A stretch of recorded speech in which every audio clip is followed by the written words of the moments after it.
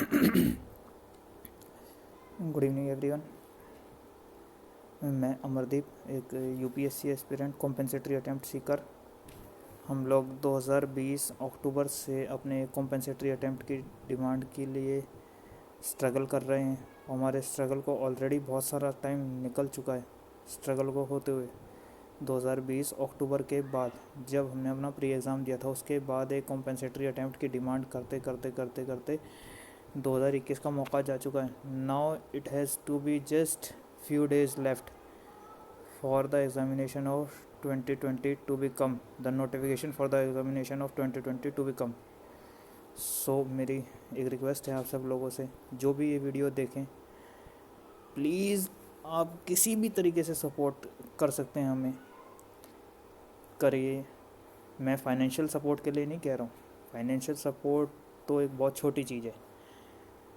उसके अलावा एक जो सपोर्ट होता है ना, कि इंटरनल सपोर्ट जो हम करना चाहते हैं वो, या जो भी हम कर सकते हैं, अगर आप किसी से मिलवा सकते हैं या किसी ऐसे इंसान को जानते हैं जो हमें किसी बड़ी अथॉरिटी से मिलवा सकता है, बड़ी गवर्नमेंटल अथॉरिटी आई मीन, या फिर ऐसी अथॉरिटी जो यूपीएससी से कंसर्न करती हो, या ऐसी अथॉरिटी जिसकी बात गवर्नमेंट माने या जिसकी बात यूपीएससी मान ले, तो हमारी डिमांड ऑलरेडी हमें 2020 के बाद 2021 का मौका जा चुका है। एक साल बीत चुका है हमें अपनी डिमांड करते करते। ऑलरेडी हम ओवर एज हो चुके हैं।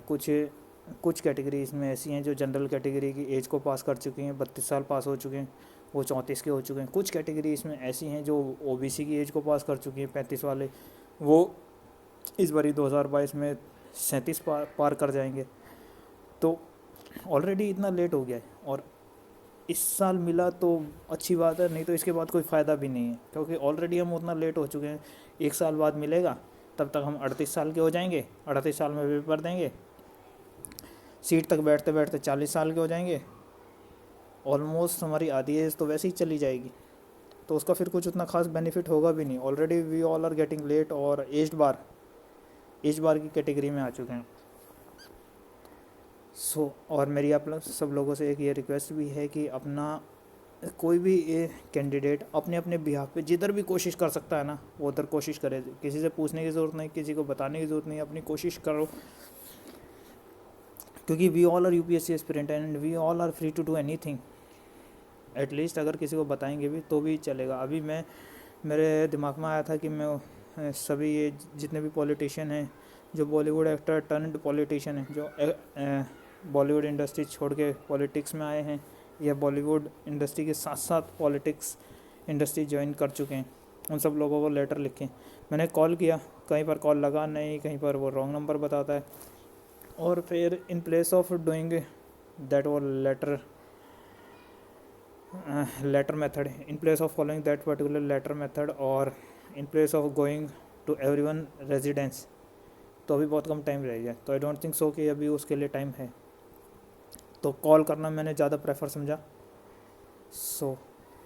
मैं कॉल कर रहा हूँ, कहीं से कोई पॉजिटिव रिस्पांस आता नहीं है, कहीं पे कोई कॉल नहीं उठाता, कहीं पे वो कहते हैं ये नंबर गलत है। सबसे अच्छा रिस्पांस जो मिला वो मिला नरगिस फाउंडेशन से, जो दत्त साहब की नरगिस फाउंडेशन है, तो उनकी बेटी चला रही हैं, प्रिया मैम जो हैं वो चला रही हैं। उनके पीए से पता नहीं वो कोई सर थे, I just remember his name. तो उन सर से मेरी बात हुई, तो उन्होंने कहा कि आप मेल कर दो। मैंने मेल भी किया, फिर उसके बाद कोई मेल का भी कोई रिस्पांस नहीं आया। तो ये सब कहानियाँ बताने का यही मेरा मकसद है कि ना, जब मैं कोशिश कर सकता हूँ, जो भी मुझसे हो पा रही है, थोड़ी हो पा रही है, ज़्यादा हो पा रही है, हर रोज़ हो पा रही है, डेली हो पा रही है, या कभी कभी हो पा रही है, तो आप लोग भी कोशिश करो, क्योंकि पता नहीं है इस लास्ट मोमेंट पे किसकी कोशिश काम कर जाएगी। हर कोई यही सोचता है कि अरे वो तो कर रहा है, हम क्या करेंगे, अरे वो तो कर रहा है, हम क्या करेंगे, अरे वो अपने बिहाफ पे कर रहा है, आप अपने बिहाफ पे करो, है ना। लेट से कि 5 जने हमारे पास, और हमारे पास 5 फ्रंट है, सामने से आर्मी आ रही है दूसरी वाली, तो अगर 5 बंदे एक ही फ्रंट पे रहेंगे तो 4 फ्रंट तो खाली रहेंगे। हम ये क्यों सोचें कि एक फ्रंट पे सिर्फ एक ही बंदा है, हम ये सोचें कि एक फ्रंट पे एक बंदा तो है, एक भी फ्रंट खाली नहीं रहना चाहिए, ना फ्रंट वाला फ्रंट, ना बैक वाला फ्रंट, ना लेफ़्ट वाला, ना राइट वाला, और ना दूसरे वाला फ्रंट जो बच गया। तो कहने का मतलब है कि आप सब लोग जो भी हो अपनी कोशिश करते रहो, एक एक करके सिंगल अपने बिहाफ पे भी, किसकी कोशिश काम कर जाएगी कुछ गारंटी से कहा नहीं जा सकता है। हर कोई ये सोचता है कि यार मैं क्या कर लूँगा, मैं क्या कर लूँगा, मैं क्या कर लूँगा। हर इंसान स्टार्टिंग में एक ही होता है। सोहन जो अपने फ्रंट पे वर्क कर रहा है वो सिर्फ अकेला है, अकेला था स्टार्टिंग में, बाद में उसके साथ उतने सारे बंदे जुड़ गए। ठीक है, तो सोहन के बारे में बहुत लोगों ने ये कहा कि ऐसा कमेंट है वैसा कमेंट है, क्योंकि भाई दूसरे के बारे में कमेंट करना बहुत आसान होता है, मैदान में तलवार लेके उतरना बहुत मुश्किल होता है। ठीक है, और मुझे खास कुछ कहना नहीं, बस कोशिश करते रहो, कोशिश में कमी ना रह जाए।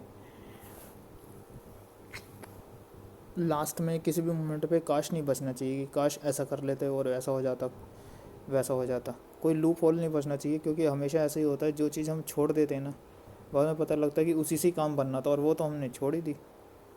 क्यों छोड़ दी? क्योंकि हमें लगा कि उससे काम नहीं बनेगा। लगने वाली कैटेगरी पे मत जाओ आप जो भी कहीं से दिखता है ना उससे कोशिश करो, क्योंकि पता नहीं है कि किस यानी इस नाजुक मौके पे किस बात से काम बन जाएगा हमारा। और प्रैक्टिकली बोलें 5 जने एक जगह कोशिश कर रहे हैं तो वो एक ही जगह कोशिश हो रही है ना, लेकिन 5 जने अपने अपने बिहार पे अगर अलग अलग कोशिश करें तो वो 5 जगह कोशिश हो रही है। 5 जगह में से एक कोशिश 5 कोशिशों में से एक कोशिश कामयाब होने के ज़्यादा चांसेस हैं, इन प्लेस ऑफ दैट कि एक जगह की कोशिश कामयाब हो, उस कोशिश के भी कामयाब होने के चांसेस हैं, ज़्यादा चांसेस हैं। लेकिन इन प्लेस ऑफ दैट अगर हम जाते हैं 5 जगह कोशिश करने तो उसके भी ऑलमोस्ट उतने ही कामयाब होने के चांसेस हैं। और कुछ मेरे पास खास कहने के लिए है नहीं। हर इंसान के, हर एप्लीकेंट के, हर एस्पिरेंट के आइदर डायरेक्ट और इनडायरेक्ट पॉलिटिकल थोड़े लिंक तो होते ही हैं। अपने अपने लिंक सब यूज़ करो भाई, क्योंकि यही टाइम है लिंक यूज़ करने का, यही टाइम है किसी से सपोर्ट मांगने का। आप लोग किसी से फाइनेंशियली सपोर्ट नहीं मांग रहे हो, आप लोग सिर्फ अपने एक छोटी सी जायज़ डिमांड को पूरा करने के लिए सपोर्ट मांग रहे हो। And one more thing I must say कि हर स्टेट के पीसीएस वालों ने या तो एज रिलैक्सेशन दे दिया है या अटैम्प्ट की छूट दे दी है, 2-2 3-3 एक्स्ट्रा अटैम्प्ट दे दिए। तो अगर सेंट्रल गवर्नमेंट यानी कि यूपीएससी वाली गवर्नमेंट अगर अटैम्प्ट देती है या छूट देती है तो उसमें कुछ सरकार को खासा नुकसान होने वाला है नहीं।